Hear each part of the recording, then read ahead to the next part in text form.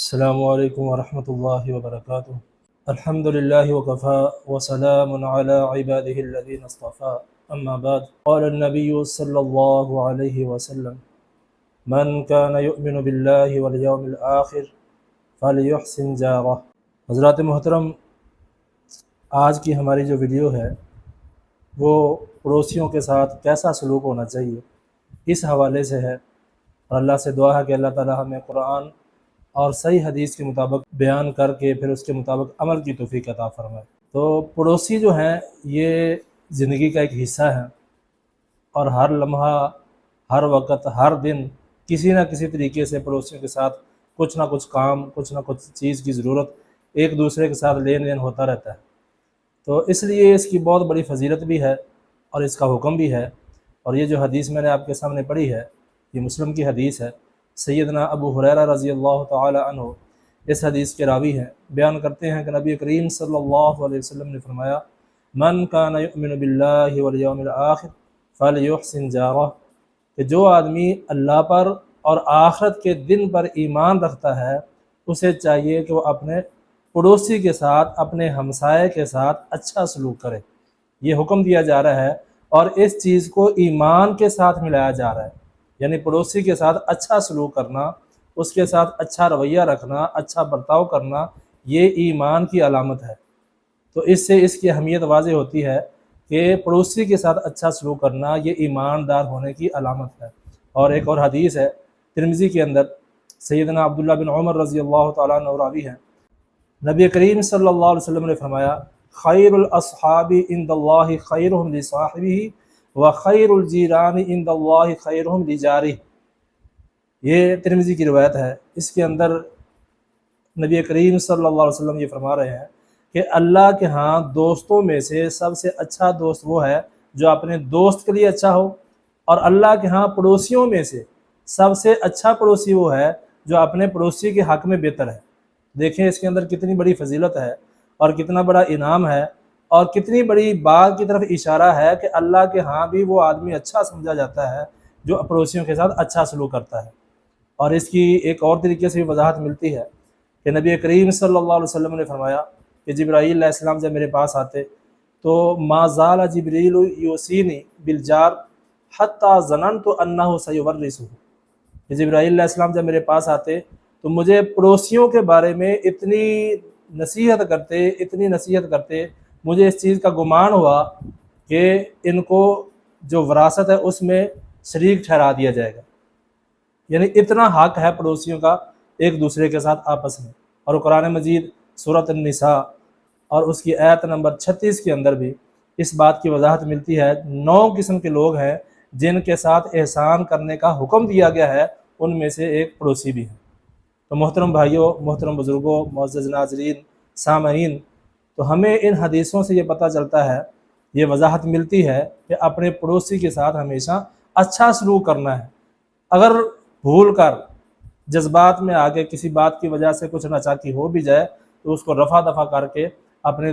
پڑوسیوں کے ساتھ اچھا سلوک اپنانا چاہیے۔ اور اسی طرح جو آدمی اپنے پڑوسی کے ساتھ اچھا سلوک نہیں کرتا اس کے بارے میں کچھ وضاحت ملتی ہے، اور وہ یہ ہے، حدیث میں آتا ہے، یہ بھی مسلم کی حدیث ہے، اور اسی جو حدیث میں نے پہلے سنائی ہے اسی کا ایک حصہ ہے کہ من کان یؤمن باللہ والیوم الآخر فلا یؤذی جارہ۔ نبی کریم صلی اللہ علیہ وسلم یہاں بھی اس بات کو ایمان کے ساتھ جوڑ رہے ہیں کہ جو آدمی اللہ پر اور آخرت کے دن پر ایمان رکھتا ہے اسے چاہیے تو اپنے پڑوسی کو تکلیف نہ دے۔ اور ایک اور حدیث میں ملتی ہے بڑی وضاحت، اور وہاں پر تو اللہ کے نبی نے قسم اٹھائی ہے، 3 بار یہ کہا واللہ لا یؤمن، واللہ لا یؤمن، واللہ لا یؤمن، اللہ کی قسم وہ بندہ مومن نہیں، اللہ کی قسم وہ بندہ مومن نہیں، اللہ کی قسم وہ بندہ مومن نہیں۔ تو صحابہ بڑے حیران ہوئے اور پوچھا اللہ کے نبی کون سا بندہ؟ اللہ کے نبی نے فرمایا الذی لا یأمن جارہ بوائکا، جو جس کی شرارتوں کی وجہ سے اس کا پڑوسی پریشان ہو وہ بندہ مومن نہیں۔ اب ہم اس بات سے ذرا اندازہ لگائیں کہ جس کے بارے میں اللہ کے نبی قسم کھا کے کہہ رہے ہیں کہ وہ بندہ مومن نہیں کیونکہ اس کی شرارتوں کی وجہ سے اس کا پڑوسی پریشان ہے، تو ہمیں بھی چیک کرنا چاہیے کہ ایسا تو نہیں کہ میری شرارتوں کی وجہ سے، میری حرکات کی وجہ سے، یا میرے بول چال کے لہجے کی وجہ سے کہ میرا دوست جو پڑوسی ہے وہ پریشان تو نہیں۔ تو یہ چند باتیں تھیں اس حوالے سے۔ اور ایک حدیث میں یہ آتا ہے کہ پڑوسیوں کے ساتھ کیسا رویہ رکھنا چاہیے لین دین کے معاملے میں، تو یہ حدیث ہے۔ اور سیدنا ابو ذر رضی اللہ تعالی عنہ، ان کو اللہ کے نبی کریم صلی اللہ علیہ وسلم نے فرمایا، یا ابا ذر اذا طبخت مرقۃ فاکثر ماءها وتعاہد جیرانک، کہ اے ابا ذر جب تم اپنے گھر کے اندر سالن پکاؤ شوربے والا تو اس کے اندر پانی ذرا زیادہ ڈال لو اور اپنے پڑوسی کے گھر بھی پہنچا دو۔ اور دوسری حدیث کے الفاظ بھی اسی طرح کے ہیں، اس کے اندر یہ وضاحت ہے کہ جب تم کھانا بناؤ، سالن بناؤ، تو اس کے اندر پانی زیادہ ڈال لو۔ ثم منظر اہل بیتی من جیرانک،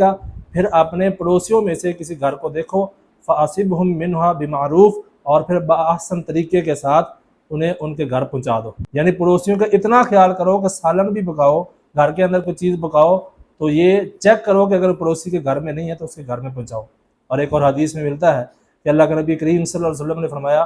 کہ وہ آدمی مومن نہیں ہے جو خود پیٹ بھر کر کھائے اور اس کا پڑوسی جو ہے وہ بھوکا ہو، اور اس کو پتہ ہی نہ ہو، فکر ہی نہ ہو کہ میں نے پڑوسی کے بارے میں کچھ پوچھنا ہے، اس کی کچھ میرے اوپر ذمہ داری ہے، میرے اوپر کچھ حقوق ہیں، تو یہ ضروری عمل ہے۔ ایک اور حدیث ذہن میں آ رہی ہے، ام المؤمنین سیدہ عائشہ رضی اللہ تعالی عنہ، وہ نبی کریم صلی اللہ علیہ وسلم سے پوچھنے لگی کہ میرے دو پڑوسی ہیں تو میں کس کے گھر میں چیز بھیجا کروں؟ آپ نے فرمایا الی اقربہما منک بابا، جس کا دروازہ تیرے دروازے کے زیادہ قریب ہے۔ تو اس سے بھی پتہ چلا کہ جو قریب ہیں ان کا زیادہ خیال کرو۔ اور ایک اور حدیث میں آتا ہے کہ اللہ کے نبی نے خصوصی طور پہ عورتوں کو یہ حکم دیا، یا نساء المسلمات، اے مسلمان کی عورتوں، یعنی الفاظ بولے یا نساء المسلمات، اے مسلمان عورتوں، تم اپنی پڑوسن کے ہدیے کو حقیر مت جانو، ولو فرسن شاتن، اگرچہ وہ بکری کا ایک کھر ہی ہو، اس کو بھی حقیر مت جانو۔ قرآن مجید میں اس کی ایک اور بھی وضاحت مل رہی ہے سورۃ الماعون کے اندر، جو پڑوسی آپس میں لین دین کی جو گھر کے اندر استعمال کی چیزیں ہوتی ہیں ان کے حوالے سے، کہ فویل للمصلین الذین هم عن صلاتهم ساہون، ان نمازیوں کے لیے ہلاکت ہے جو نماز کے اندر سستی کرتے ہیں۔ الذین هم یراؤن، وہ لوگوں کو دکھانے کے لیے نمازیں پڑھتے ہیں۔ ویمنعون الماعون، اور وہ برتنے کی چیزوں کو روکتے ہیں۔ یعنی جو برتنے کی چیزیں ہیں، مثال کے طور پہ ہمسایہ دوسرے ہمسائے سے، اس کے گھر سے کوئی سوئی مانگ لیتا ہے، کوئی کسی، کوئی کلہاڑی مانگنے چلا جاتا ہے، کوئی چارپائی مانگنے چلا جاتا ہے،